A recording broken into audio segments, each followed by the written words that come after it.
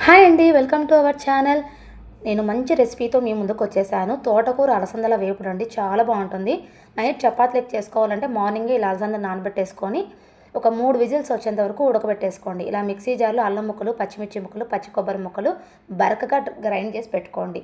తోటకూర ఫ్రెష్గా ఇలా కడిగి పెట్టేసుకొని నీళ్ళన్నీ వంపేసేట్టుగా చూసుకోండి. ఇలా కడాయిలో నూనె వేసేసి మినపప్పు, జీలకర్ర, ఆవాలు, ఒట్టిమిర్చి, ఒకే ఒక ఉల్లిపాయ కట్ చేసి వేసుకోండి. ఆ ఉల్లిపాయ ఎక్కువగా ఫ్రై అవ్వకూడదు, లైట్గా ఫ్రై అయితే చాలు. ఇలా తోటకూర కడిగిన తోటకూర అంతా వేసేసి బాగా మగ్గబెట్టేసుకోండి. మనం అలసందల్ని నానబెట్టుకున్నాం కదా, అది కూడా ఒక 3 విజిల్స్ వచ్చేంత వరకు ఉడకబెట్టేసుకొని నీళ్ళన్నీ వంపేసి ఆ నీళ్ళు కాస్త ఎత్తిపెట్టుకోండి.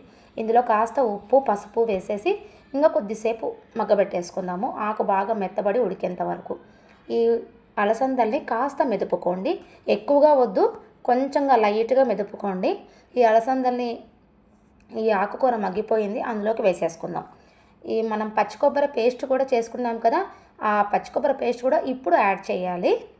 కాస్త ఉప్పు చూసుకోండి, ఒకసారి ఉప్పు చేసేసుకొని మూత పెట్టేసి కాసేపు బాగా మగ్గనివ్వండి. సిమ్ములో పెట్టేసి రెడీ అయిపోయిందండి మన తోటకూర వేపుడు. సూపర్గా ఉంటుందండి. నేను చపాతీలకి అయితే చేసుకున్నాను, జొన్న రొట్టెలోకి తినచ్చు, అన్నంలోకి కూడా తినచ్చు. మేము చపాతీలకే చేసుకున్నాము. మేము మల్టీగ్రెయిన్ పిండి అయితే నేను తయారు చేసుకుని చెప్పినా కదండి, అదే చపాతీలే ఇవి. చాలా టేస్టీగా ఉంది.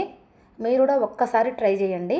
లో క్యాలరీస్తో హై ప్రోటీన్తో ఉన్న మంచి తోటకూర వేపుడు అండి ఇది. సూపర్గా ఉంది కాంబినేషను. బాయ్ అండి. మంచి మంచి వీడియోస్తో కాస్త సబ్స్క్రైబ్ చేసుకోండి అబ్బా.